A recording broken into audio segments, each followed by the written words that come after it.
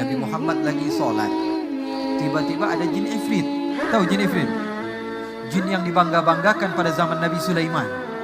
Ini jin ifrit masuk ke masjid. Jin ifrit masuk ke masjid, mengganggu Rasul sallallahu alaihi wasallam. Selepas salat Nabi Muhammad sallallahu alaihi wasallam tangkap jin tersebut, lalu Rasul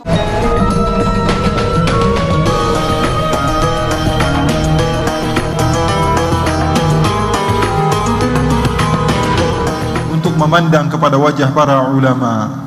Allah subhanahu wa ta'ala perindah mata kita untuk memandang wajah para kiai. Mereka penerus perjuangan baginda Nabi besar Muhammad sallallahu alaihi wasallam. Kalau sebagian orang mengatakan mereka ini para ulama bukannya wali. Kalau wali nikmat dipandang, tapi para ulama belum tentu wali. Maka Imam Syafi'i mengatakan law lam takunil ulama awliya falaysa lillahi min wali. Kalau ulama saja kamu tidak sebut mereka adalah wali-wali Allah, lalu siapa lagi wali Allah di muka bumi ini? Kalau mereka orang yang mengenal kepada Allah subhanahu wa ta'ala, kamu tidak sebut mereka adalah wali Allah, lalu kata Imam Syafi'i, siapa di dunia ini wali-wali Allah?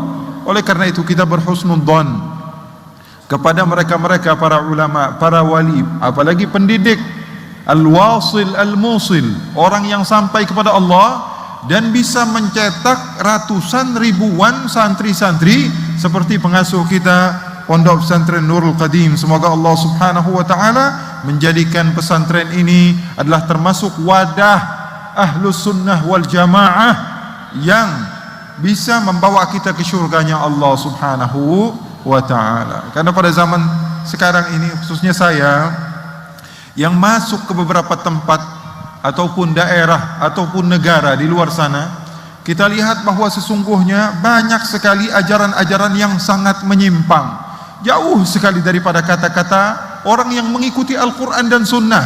Benar kata guru kita tadi, bahwa sesungguhnya tarbiyah itu jauh lebih penting daripada ilmu. Tarbiyah, pendidikan itu jauh lebih penting daripada ilmu. Ilmu kamu bisa dapatkan di pasar sekalipun. Belajar, kemarin saya singgung bahwa belajar dari buku adalah aib bagimu, karena buku ataupun kitab itu benda mati. Kalau kita lempar dia tidak bisa balas, betul atau tidak? Kitab kalau kita buang dia bisa balas tampar ke kita atau tidak? Tidak bisa. Benda mati. Kalau dia salah maka salah semuanya. Makanya sebagian orang membaca hadis Rasul sallallahu alaihi wasallam, a'tul masajidah, datanglah ke masjid-masjid, bisakinati wal waqar. Dia enggak ada harokatnya, dia tidak tahu, dia tidak ada ilmu sharaf sedikit pun, dan dia tidak faham bahasa Arab. Dia bacanya apa? Bisikinah wal fa'r. Datanglah kamu ke masjid bisikinah wal fa'r. Kamu datang ke masjid dengan membawa apa? Pisau sama tikus. Karena dia tidak paham, belajarnya sama kitab, maka dia datang ke masjid membawa apa? Membawa pisau dan tikus, tidak memiliki murabbi yang mendidik. Dulu guru saya ketika mendidik saya, dia katakan, wahai Ali, sesungguhnya tarbiyah itu yang mahal. Kalau ilmu kamu dapat di mana saja bisa, tapi tarbiyah, didikan dari seorang guru, tinggal bersama guru, mendidik seorang murid, sehingga apa? Sehingga dia menjadi seseorang yang kuat mentalnya, seorang yang menjadi apa? Mengikuti guru-gurunya di dalam keilmuannya, sampai kepada gurunya, dan gurunya terus menerus, dan sanad keilmuan guru-guru kita jelas sampai kepada kiai-kiai terdahulu, sampai kepada Rasul sallallahu alaihi wasallam. Bahkan yang saya tahu daripada guru-guru, termasuk sahabat saya Gus Hafiz, murid daripada Habib Salim, bisa dipertanggungjawabkan ilmunya. Habib Salim punya guru lagi Al-Habib Abdullah bin Umar Asy-Syatiri, ketahuan di mana kuburannya. Punya guru lagi Al-Habib Ali Al-Habsyi, bukan hanya tentang riwayatnya saja, kamu bisa saya sampaikan kepada di mana kuburan makomnya. Orang yang terkenal bisa bertanggung jawab dengan ilmunya. Punya guru lagi Al-Habib Abu Bakar bin Abdullah Al-Attas, punya guru lagi, atau Al-Habib Ali Al-Habsyi punya guru Al-Habib As-Sayyid Ahmad Zaini Dahlan di Makkah. Sanadnya baca sendiri, hadis wala haraj. Sayyid Ahmad Zaini Dahlan orang yang terkenal. Bahkan Kiai Hashim Asy'ari juga termasuk daripada murid As-Sayyid Ahmad Zaini Dahlan di kota Makkah. yang memiliki keponakan Sayyid Bakri Syata, daripada para habaib juga yang mengarang kitab yang berjudul I'anatul Talibin, yang dibaca di mana-mana, di pondok-pondok. Betul atau tidak? Punya guru lagi, Al-Habib Hasan bin Saleh Al-Bahar, orang terkenal, kuburannya sampai sekarang pun diziarahi. Punya guru lagi, terus menerus, Al-Habib Ahmad bin Zain Al-Habsyi, punya guru lagi yang mengarang kitab yang berjudul Ar-Risalah dan disyarahkan oleh Kiai Nawawi Al-Bantani, yang dinamakan Masail. Kemudian terus menerus punya guru lagi, Al-Habib Al-Imam Abdullah bin Alawi Al-Haddad, yang kitabnya dibaca di mana-mana, An-Nasaihud Diniyah atau Ratibul Imam Al-Haddad. Oleh karena itu kita punya guru ini jelas, jangan kepo sama ajaran-ajaran yang enggak jelas. Pengen tahu guru ini, buka YouTube, buka Syekh Google, buka Syekh Instagram, ya. Itu semua tidak ada pertanggungjawabannya. Oleh karena itu kita berbahagia karena kita punya guru yang pengambilan ilmunya sampai kepada Nabi besar Muhammad, musalsalatan anhum asanidu akhdhihim ila khairi mahmudin wa ashrafi hammadi, abun yatalaqa an abihi wa hakadha faya lahu min aba kiramin wa ajdadi. Karena sesungguhnya di dalam memahami ilmu agama, terkadang seseorang kalau tidak memiliki guru, salah sedikit dia tidak faham. Contoh di dalam bahasa Arab, ada seorang raja ini sakit, kemudian dia ingin berobat, dicari semua dokter-dokter, tidak mampu mengobati dia. Maka salah seorang di antara mereka mengatakan, kamu datang ke seorang ulama, dia punya ilmu hikmah yang luar biasa hebat. Maka ulama tersebut tidak mau datang. Dia katakan, kalau kamu mau obat, saya akan bikinkan resep, berikan kepada raja tersebut. Maka ditulislah resep tersebut. Apa tulisannya? Dia menulis bahwa sesungguhnya Rasulullah SAW berpesan, habbatus sauda dawaun min kulli da. Habbatus sauda dawaun min kulli da. Rasulullah berpesan bahwa sesungguhnya jintan hitam adalah obat dari segala obat. Kemudian dilipat surat tersebut, diserahkan kepada raja. Sebelum dilipat, tahu cicak? Tahu cicak atau tidak? Dia buang kotoran sehingga habbatus sauda berubah menjadi hayyatus sauda. Hayyatus sauda dawaun min kulli da. Raja membaca, apa ini pesannya? Hayyatus sauda dawaun min kulli da. Ular hitam adalah obat dari segala obat. Tadinya jintan hitam berubah menjadi ular hitam. Rajanya sempat ragu, akan tapi dia bilang, wah, ini selagi dari seorang alim soleh dan dia tahu ini pengobatan berdasarkan daripada Rasulullah, ya sudah, dicari obat tersebut daripada ular hitam, lalu dipotong dan dimakan, mati raja tersebut. Karena yang dimakan bukan jintan hitam, melainkan hayyatus sauda, bahaya di dalam bahasa Arab. Oleh karena itu kita beruntung, kita belajar di sini dengan pelajaran yang luar biasa hebat, dan insya Allah kita keluar daripada tempat ini, kita termasuk orang-orang yang mengamalkan ilmu kita. Amin ya rabbal alamin. Karena sesungguhnya mustahil bagi seseorang itu dia langsung bisa menjadi orang alim, kecuali zaman sekarang semuanya bisa jadi orang alim. Beli fashion ini paling berapa sih? 200.000, cari aja di Ampel banyak, jubah, imamah, semuanya bisa teriak-teriak di mimbar zaman sekarang. Makanya Rasulullah SAW mengatakan di akhir zaman banyaknya orang yang penceramah, tapi ulama yang benar-benar mengajar ilmu agama itu sedikit. Maka jadilah orang yang sedikit. Wa qalilun min ibadiyash syakur. Sedikit kata Allah. Oleh karena itu jadilah kelompok yang sedikit, dan insyaallah Allah Subhanahu wa taala berikan manfaat kepada kita semua. Amin ya rabbal alamin. Ikhwani wa akhwati yang dimuliakan oleh Allah Subhanahu wa taala, mereka para ulama, orang-orang khasyah adalah orang yang mengikuti Rasul sallallahu alaihi wasallam. Nabi Muhammad sallallahu alaihi wasallam itu insan yang begitu luar biasa, sempurna. Bahkan di dalam hal-hal yang sepele menurut kita, Nabi Muhammad diriwayatkan di dalam Sahihain, riwayat Abu Hurairah radhiyallahu taala anhu. Ini Abu Hurairah sahabat Nabi Muhammad sallallahu alaihi wasallam, mondoknya sama Nabi Muhammad cuma 4 tahun. Tahun ke-6 dia masuk Islam, cuma 4 tahun bersama Rasulullah. Tapi kehebatannya luar biasa. Kenapa? Karena ketekunannya dan doa Rasulullah SAW. Jangan lupa dari 2 hal. Yang pertama meminta kepada Allah, dan yang kemudian ketekunan di dalam belajar. Rasulullah SAW melihat ada seseorang yang duduk, kemudian dia memiliki untanya tidak diikat. Maka Rasulullah tanya, "Hei fulan, kenapa kamu beristirahat di tempat ini, lalu unta kamu biarkan saja, tidak kamu ikat?" Maka dia katakan apa? "Saya tawakal ya Rasulullah." Dia bilang apa? "Saya tawakal." Kata Rasulullah, "Iqilha wa tawakkal ala Allah." Ini bukan tawakal namanya. Ikat dulu baru tawakal. Oleh karena itu seseorang yang kalau dia mau menjadi orang alim, dia harus memiliki dua hal. Yang pertama apa?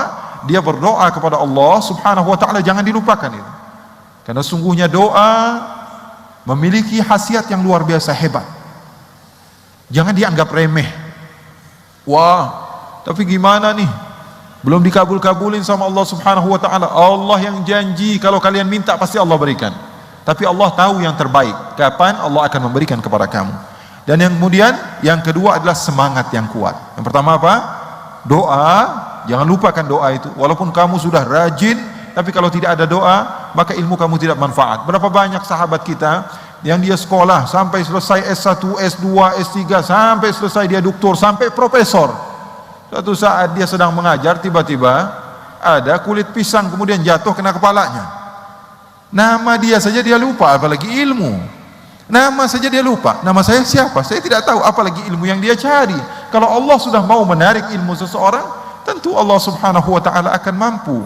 Oleh karena itu jangan pernah lupa meminta kepada Allah Subhanahu wa taala. Kalau Nabi Muhammad saja berdoa, Allahumma inni a'udzubika min ilmin la yanfa' wa 'amalin la yurfa' wa qalbin la yakhsha' wa du'ain la yustajabu lah, apalagi kita.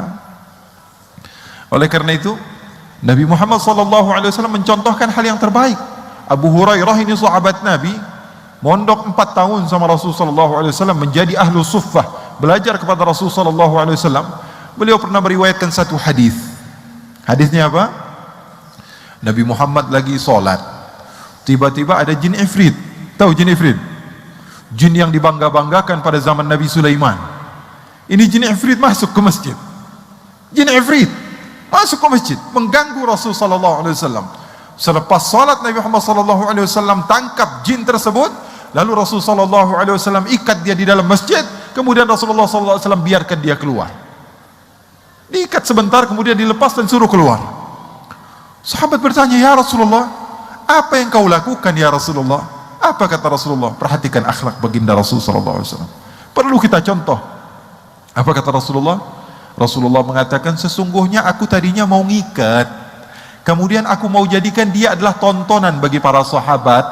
Kemudian aku ingin jadikan dia apa? Mainan anak-anak kecil di kota Madinah. Ini ifrit mau dijadikan mainan anak-anak kecil." Tapi kata Rasulullah, "Tapi kenapa?" kata sahabat. "Tapi saya jaga perasaan sahabat saya Nabi Sulaiman." Kenapa wahai Rasulullah?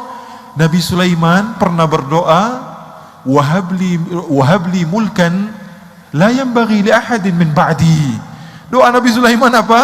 Ya Allah, berikanlah aku kerajaan yang mana kerajaan tersebut tidak akan pernah didapat oleh orang-orang setelahku. Nabi Muhammad SAW takut menyakiti hati Nabi Sulaiman kalau jin yang dibanggakan pada zamannya hanya menjadi mainan atau lelucon bagi anak-anak kecil. Dijaga hati sahabatnya. Sallu ala Nabi Muhammad. Itulah yang dicontoh para sahabat, para tabi'in.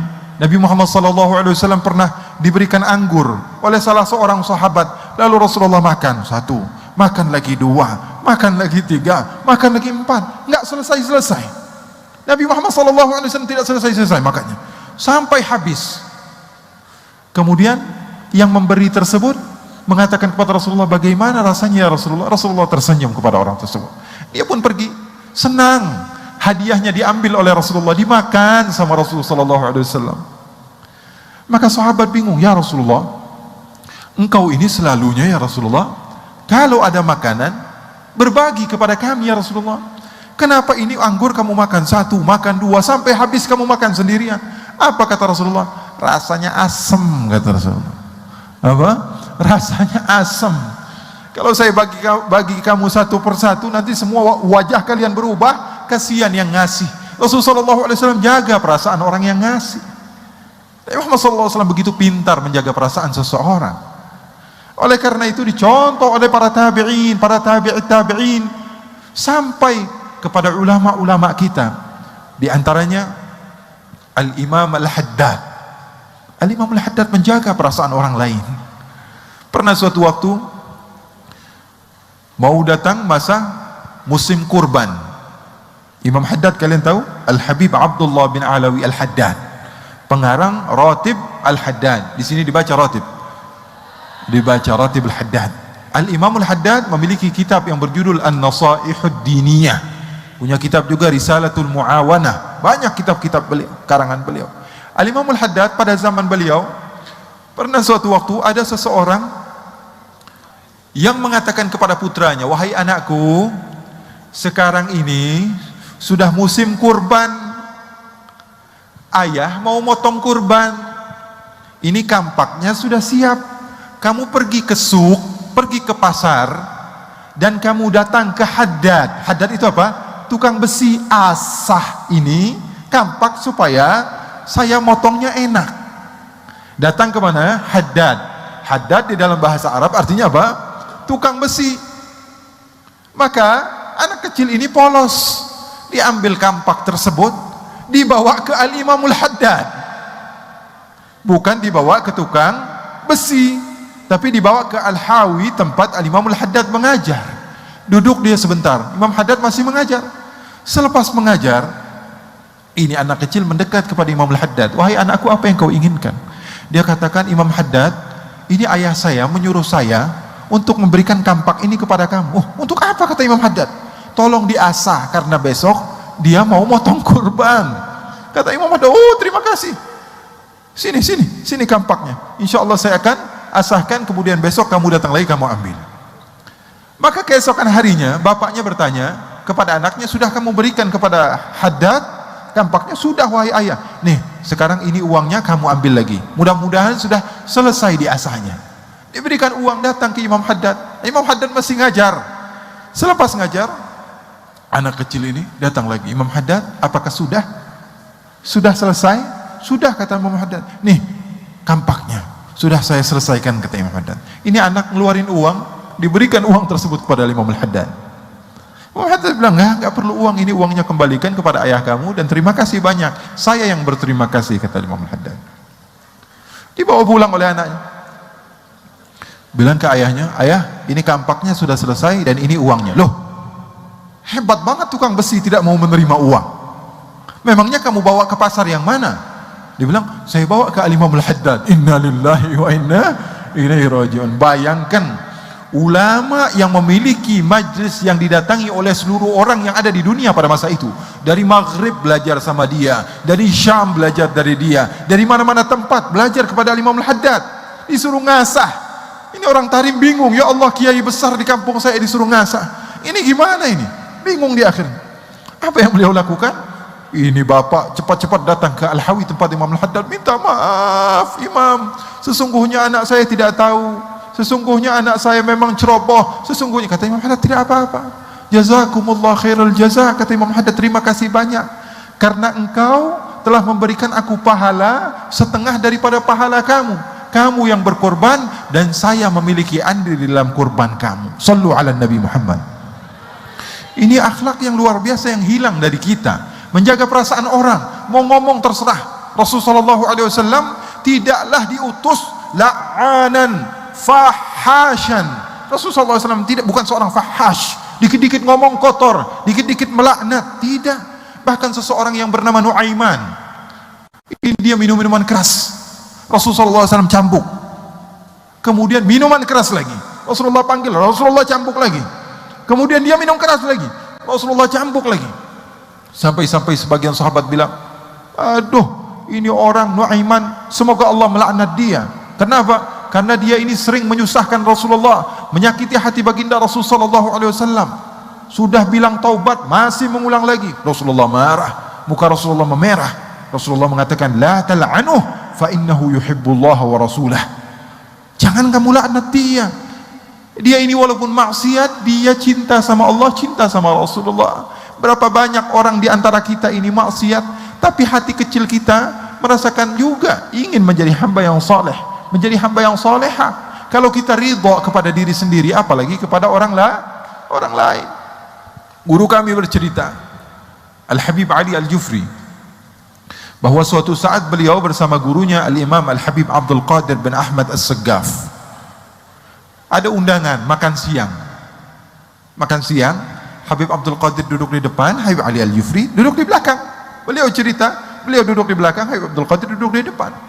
Kemudian sampai di rumah orang yang menjamu tersebut, beliau turun makan. Senang. Yang mengundang senang dan beliau pun senang, bahagia, tersenyum, menyebarkan kedamaian di mana-mana.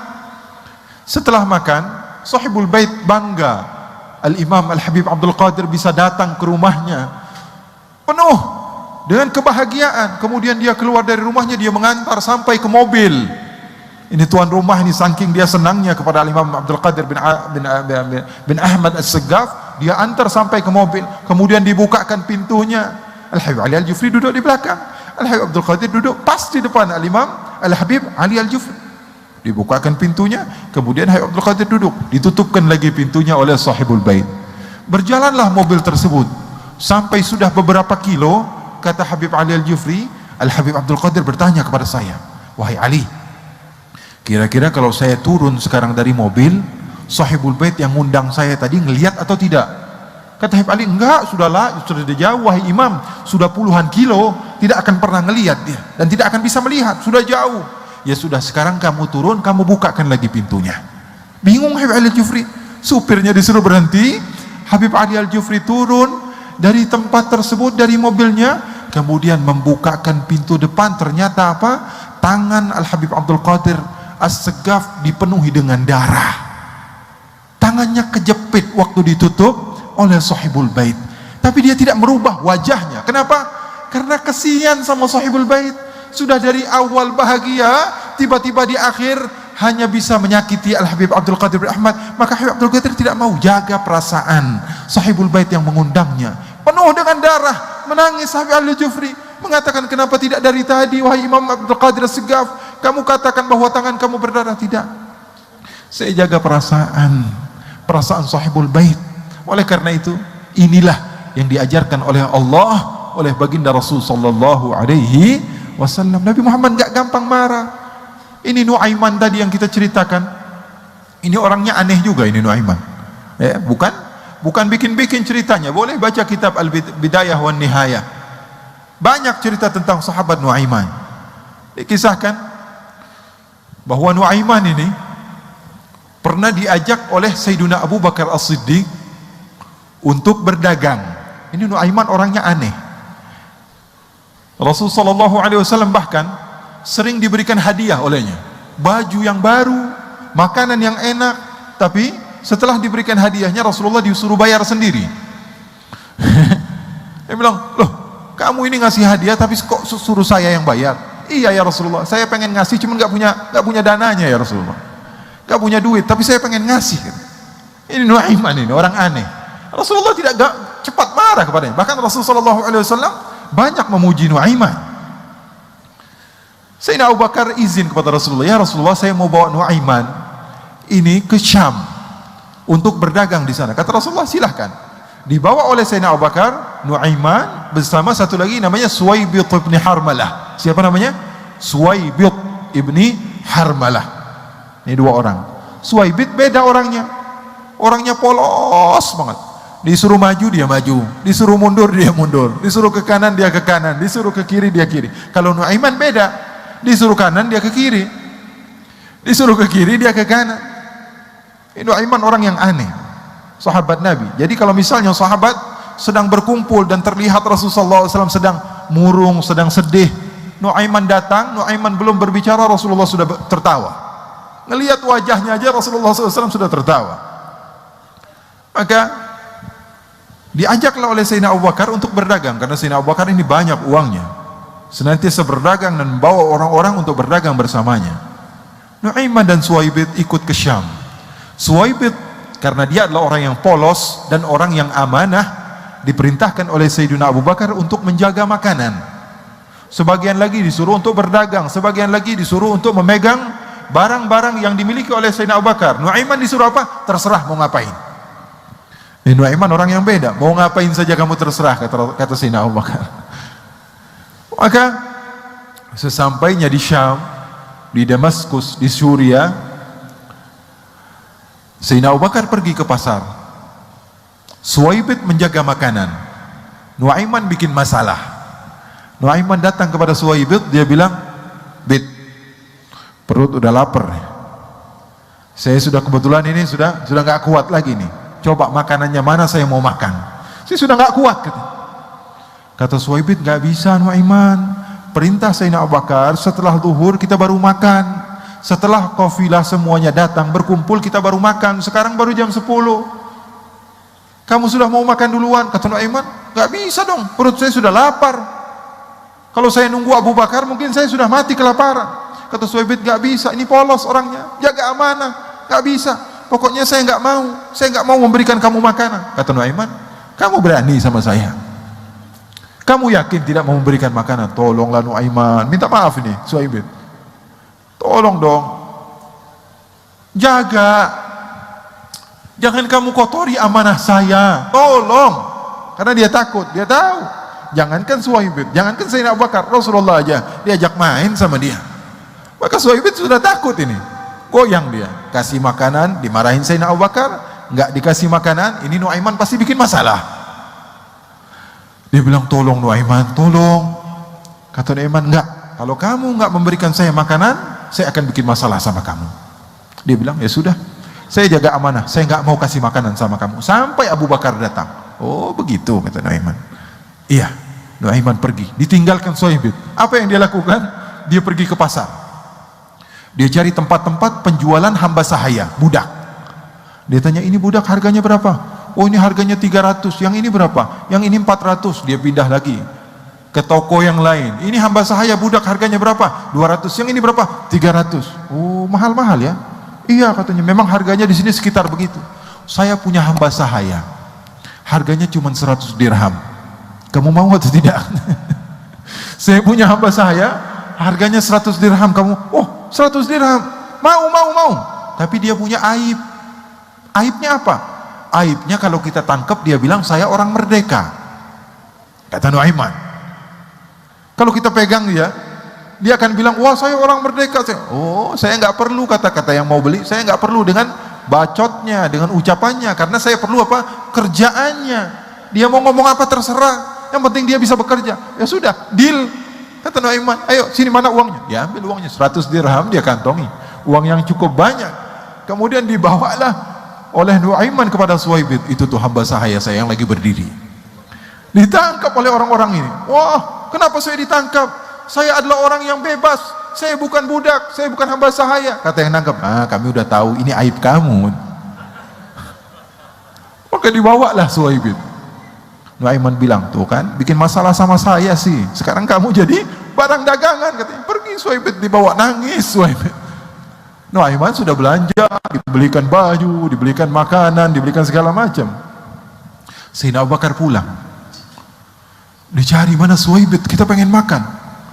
Dicari-cari tidak jumpa. Maka melihat ada Nuaiman. "Nuaiman, kamu lihat Suwaibid atau tidak?" "Oh Suwaibid sudah saya jual wahai Abu Bakar." Berani dia sama Sayyidina Abu Bakar. Sayyidina Abu Bakar, "Apa yang berlaku?" "Soalnya pelit dia, saya minta makan duluan nggak dikasih." "Terus di mana kamu jual?" "Di pasar." Ayo temenin saya ke pasar." Ditemenin sama Nuaiman. Sesampainya di pasar, dilihat benar ada Suwaibid. "Wahai fulan yang membeli Suwaibid, saya mau beli kamu." Membeli apa? "Ini Suwaibid lagi." Katanya, "Boleh, tapi dengan harga 2 kali lipat, 200 dirham." Ya sudah, diberikan oleh Sayyidina Abu Bakar. Terlanjur kaya, duitnya banyak Sayyidina Abu Bakar. Diberikan 200 dirham, dibawa lagi Suwaibid. Pulang ke kota Madinah, diceritakan kepada Rasul sallallahu alaihi wasallam, "Fadhahikan nabiyyu hatta badat nawajiduhu." Kata sahabat, maka Nabi Muhammad tertawa ketika mendengar cerita yang berlaku tentang Nuaiman dan Suwaibid bin Harmalah. Bahkan perawi mengatakan 1 tahun Rasul sallallahu alaihi wasallam tidak terlepas dari cerita ini dan tertawa. Sallu ala Nabi Muhammad. Nabi Muhammad tidak marah, karena memang sudah bawaannya begitu Nuaiman. Di zaman Sayyidina Uthman saja dia bikin masalah juga. Suatu saat ini Nuaiman dia duduk, "Kok ada cerita begini Beb?" "Memang ada." "Loh, kok saya nggak pernah dapat?" "Ya karena udah kurang piknik aja di dalam bacanya." Ada di dalam kitab yang sama diceritakan bahwa Nuaiman duduk di depan masjid, lagi nyantai. Tiba-tiba ada orang buta, orang tua buta pegang tongkat, bolak-balik kanan kiri depan belakang. Nuaiman sumpek nih ngeliatin orang. Ini sudah tahu saya lagi sumpek, duduk di depan masjid sendirian. Ini ada orang buta bolak-balik bikin sumpek. Dipanggil orang buta, buta kamu kemari. Kata orang buta, kenapa wahai rajul, kenapa wahai fulan, kamu ini ngapain bolak-balik di depan saya? Sudah tahu saya lagi sumpek, kamu bolak-balik di depan saya. Kata Nuaiman, oh saya cari kamar kecil dari tadi ini, saya pengen buang air kecil, tapi saya tidak tahu di mana tempat buang air kecil. Anak saya sedang pergi dan tidak ada satupun yang menunjukkan kepada saya di mana saya harus buang air kecil. Oh, kata Nuaiman, gampang, sini saya yang nganter kamu. Dipegang tangannya oleh Nuaiman, dibawa kemana? Dibawa ke masjidnya Rasulullah. Zaman Rasulullah, masjid-masjid tidak ada kamar mandi. Dibawa kemana? Dekat daripada mihrab. Dibilang, nah ini tempat buang air kecil, dibilang. Kata yang buta, benar ini tempatnya. Iya, ini tempat benar. Pergi Nuaiman, dia buka celananya, dia kencing di situ. Sahabat-sahabat dan tabi'in sedang sholat melihat ada orang yang buka celana di depan dekat minbar. Maka mereka teriak Allahu Akbar.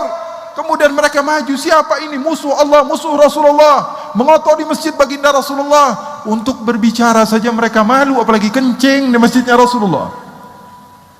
Akhirnya semuanya mengejar orang tersebut, ingin dipukul. Ketika ingin dipukul ternyata orang buta.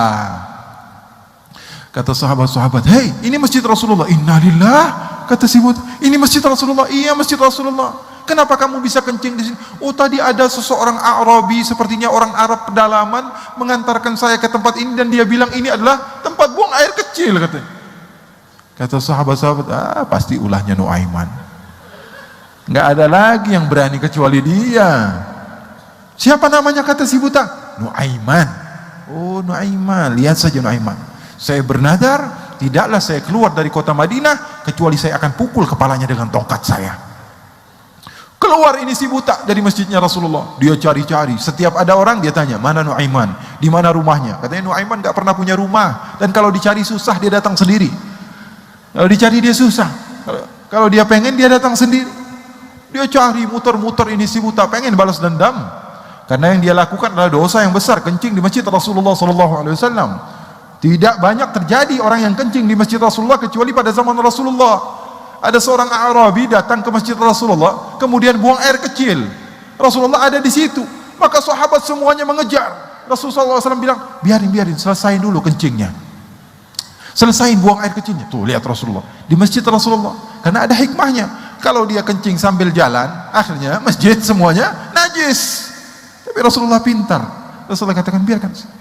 Selesai kencing dikasih tahu sama Rasulullah, wahai sahabat, cara memberitahu begini, ini masjid, ini bukan tempat buang air kecil, ini adalah tempatnya sholat. Apa kata Arabi? Kenapa masjid nggak ada tandanya? Harusnya dikasih tahu dong, ini masjid, apa bedanya dengan tempat lain? Ngomel dia. Maka dia bilang apa? Orang Arabi itu bilang, wahai Muhammad, sekarang angkat tangan kamu. Dia angkat tangannya Rasulullah. Kemudian katakan amin wahai Muhammad. Ingat, katakan amin. Iya, kata Rasulullah. Allahumma arhamni warham Muhammadan wala tarham ahadan minhum. Kata Arabi ini, ya Allah, sayangilah saya, sayangilah Muhammad, karena dia baik sekali, santun di dalam mengingatkan saya. Tapi ini sahabat-sahabatnya, tolong ya Allah, jangan sayangi mereka. Allahumma arhamni warham Muhammadan wala tarhamhum. Maka Rasulullah tertawa dan mengatakan amin. Ini Nuaiman dicari-cari sama si buta. Mana Nuaiman? Mana Nuaiman? Lagi duduk juga di tempat yang sama. Berdiri Nuaiman, buta, dirubah suaranya. Ngapain kamu? Saya cari orang. Siapa namanya? Nuaiman. Apa yang dia buat? Dia kurang ajar. Saya pengen buang air kecil, diantar ke masjidnya Rasulullah. Oh, Nuaiman emang kurang ajar. Padahal yang ngomong siapa? Nuaiman. Kata Nuaiman, saya antar kamu kepada Nuaiman. Dipegang tangan si buta, dibawa kemana? Dimuter-muterin ke masjid Rasulullah, disuruh tawaf dulu di masjid Rasulullah. Setelah itu dibawa kemana? Dibawa ke masjid lagi dari pintu yang lain. Ketika itu sahabat Nabi Amirul Mukminin Sayyiduna Utsman bin Affan sedang salat di mihrabnya masjidnya Rasulullah. Mendekat Nuaiman bersama si buta ini, dibawa ke mihrabnya Rasulullah SAW. Kamu lihat ada orang yang sedang bersujud di depan? coba pegang dengan tongkat kamu. Dia pegang, oh iya ada orang, itu Nuaiman. Dia pura-pura doang, dia pura-pura soleh padahal dia orang jahat. Padahal yang ngomong siapa? Nuaiman. Kemudian Nuaiman pergi, ini si buta ambil tongkatnya, dipukul kepalanya Amirul Mukminin. Semua sahabat yang sedang sholat bangun, qutila Amirul Mukminin, qutila Amirul Mukminin. Sayyidina Utsman mau dibunuh, semuanya maju. Ternyata yang dilihat siapa? Si buta lagi.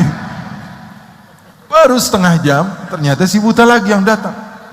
Kemudian semua orang pengen nangkap, kamu telah memukul Amirul Mukminin Sayyidina Utsman. Nangis si buta ini. Dia mengatakan, demi Allah, semenjak sekarang saya tidak akan pernah percaya sama yang namanya manusia. Gara-gara Nuaiman. Orang-orang seperti ini banyak. Oleh karena itu kita tidak boleh menilai seseorang daripada apa yang dia ucapkan ataupun apa yang dia kerjakan. Karena siapa tahu dia dicintai oleh Allah dan dicintai oleh Rasulullah sallallahu alaihi wasallam. Nabi Musa apa doanya? Falamma akhadathum ar-rajfatu qala rabbi law syi'ta ahlaktahum min qablu wa iyyai. Doa Nabi Musa tuh, baca dalam Al-Qur'an. Bagaimana Nabi Musa berdoa? Ya Allah, ketika musim paceklik, enggak turun-turun hujan, Nabi Musa berdoa kepada Allah, ya Allah, kalau mau hancurkan, hancurkan sekalian ya Allah, jangan tanggung-tanggung. Lau syi'ta ahlaktahum min qablu wa iyyai, saya juga hancurkan sekalian ya Allah. Lau syi'ta ahlaktahum min qablu wa iyyai, atuhlikuna bima fa'ala as-sufaha'u minna. Kok kamu menghancurkan kami gara-gara ada oknum yang bodoh di antara orang di sekitar kami ya Allah? Kok kami yang kena? Marah-marah sama Allah. Baca Al-Quran. Kemudian Nabi Musa bilang apa? In hiya illa fitnatuk. Semua ini fitnah dari engkau ya Allah. Engkau yang tudhillu man tasha' wa tahdi man tasha'. Engkau yang membuat seseorang sesat dan engkau memberikan hidayah kepada siapa orang yang kau mau. Tuh lihat, kalau yang berdoa kita mungkin kita sudah masuk neraka. Tapi ada sebagian orang yang kalau dia berdoa di sisi Allah Subhanahu wa taala, Allah tentu akan terima doanya. Oleh karena itu pesan saya kepada ikhwan semua dan khususnya kepada saya sendiri, jangan bersuudzon kepada siapapun daripada hamba Allah. Karena sungguhnya setiap hamba Allah memiliki apa? Memiliki la ilaha illallah Muhammadur Rasulullah sallallahu alaihi wasallam. Dan contoh baginda Rasul sallallahu alaihi wasallam di dalam segala apapun yang beliau lakukan, dan insyaallah kita termasuk orang-orang yang mendapatkan manfaat daripada perkumpulan ini. Amin ya rabbal alamin. Allahumma ja'al jam'ana hadha jam'an marhuma wa tafarruqana min ba'dihi tafarruqan ma'suma wa la taj'al illahumma fina wa la minna wa la ma'ana syaqiyan wa la mahruma. Ya Allah, jadikanlah perkumpulan kami ini perkumpulan yang Engkau cintai ya Allah. Jangan jadikan kami melangkahkan kaki kami dari tempat ini kecuali dosa kami telah habis ya Allah. Jadikanlah kami termasuk orang-orang yang mendapatkan derajat di sisimu ya Allah. Ya Allah ya Rabbal Alamin, kami berkumpul dengan orang-orang yang saleh ya Allah. Kami yakin mungkin doa kami tidak diterima olehmu ya Allah, akan tetapi orang-orang di sekitar kami adalah orang yang saleh ya Allah, yang mana dengan keberadaan mereka kami yakin doa kami tentu diterima olehmu ya Allah. Ya Allah, berikanlah kepada kami husnul khatimah. Ya Allah, berikanlah kepada kami husnul khatimah. Ya Allah, berikanlah kepada kami husnul khatimah. Ya Allah, salah seorang di antara kami yang hadir adalah seorang musafir yang doanya pasti diterima olehmu ya Allah. Salah seorang di antara kami adalah orang yang alim yang doanya insya Allah diterima olehmu ya Allah. Salah seorang di antara kami ada orang yang sudah tua ya Allah, doa mereka pasti diterima olehmu ya Allah. Salah seorang di antara yang hadir di antara kami adalah anak kecil ya Allah, yang belum memiliki dosa, doa mereka pasti diterima olehmu ya Allah. Ya Allah, kalau doa kami tidak diterima olehmu, maka terimalah doa kami karena keberkahan mereka ya Allah. Satu hal yang kami minta kepadamu, husnul khatimah. Kami takut apa yang kami perjuangkan adalah salah ya Allah. Kami membaca Al-Quran bahwa sesungguhnya Engkau telah memberitahukan kepada Nabi Muhammad sallallahu alaihi wasallam bahwa orang yang paling merugi adalah orang yang telah melakukan banyak hal dan dia mengira bahwa dia dalam keadaan yang benar, sementara dia adalah orang-orang yang di jalan kesalahan ya Allah. Oleh karena itu ya Allah, arinal haqqa haqqan warzuqna ittiba'ah wa arinal batila batilan warzuqna ijtinabah. Ya Allah, jadikanlah kami termasuk orang-orang yang istiqamah di dalam kebaikan. Jaga ulama-ulama kami ya Allah, jaga nahdlatul ulama kami ya Allah. Jadikanlah kami termasuk orang-orang yang berkhidmah kepada guru-guru kami ya Allah. Ya Allah ya Rabbal Alamin, kami yakin apa yang telah diajarkan oleh guru-guru kami adalah sesuai dengan Al-Quran dan Sunnah. Oleh karena itu jagalah mereka ya Allah. Jadikanlah kami termasuk orang-orang yang senantiasa mendapatkan ilmu dengan keberkahan mereka ya Allah. Ya Allah ya Rabbal Alamin, jadikanlah negeri kami ini negeri yang damai ya Allah. Ya Allah, kami takut akan musibah dan ujian yang telah Engkau berikan kepada kami ya Allah. Sebagian di antara kami adalah orang yang lemah ya Allah. Kami tidak kuat ketika melihat salah seorang di antara sahabat kami atau orang yang dekat dengan kami tewas ataupun terluka karena sesuatu yang Engkau telah berikan daripada fitnah ini ya Allah. Ya Allah ya Rabbal Alamin, jadikanlah kami termasuk orang-orang yang berdamai di dalam negeri ini ya Allah. Kami sangat cinta kepada negeri ini ya Allah. Kami sangat cinta kepada kota ini ya Allah. Kami sangat cinta kepada desa ini ya Allah. Sayangi kami ya Allah, dan jadikanlah kami termasuk orang-orang yang saling bantu-membantu di jalan-Mu ya Allah ya Rabbal Alamin. Ya Allah, akhrij min hadzal ma'had al-khair al-kathir al-tayyib. Keluarkan daripada pondok pesantren ini anak-anak ataupun mereka-mereka yang meneruskan perjuangan baginda Rasul sallallahu alaihi wasallam dengan akhlak, dengan tauladan yang baik, dengan pencontohan yang baik, dengan ilmu yang banyak. Berdakwah dengan ilmu ya Allah, berdakwah dengan ilmu mereka ya Allah, dengan berkat Nabi besar Muhammad sallallahu alaihi wa ala alihi wasallam. Wa sallallahu bi jamalika wa jalalika ala sayyidina Muhammadin warzuqna kamal al mutaba'ati lahu zahiran wa batinan fi afiyatin wa salamah. Walhamdulillahi rabbil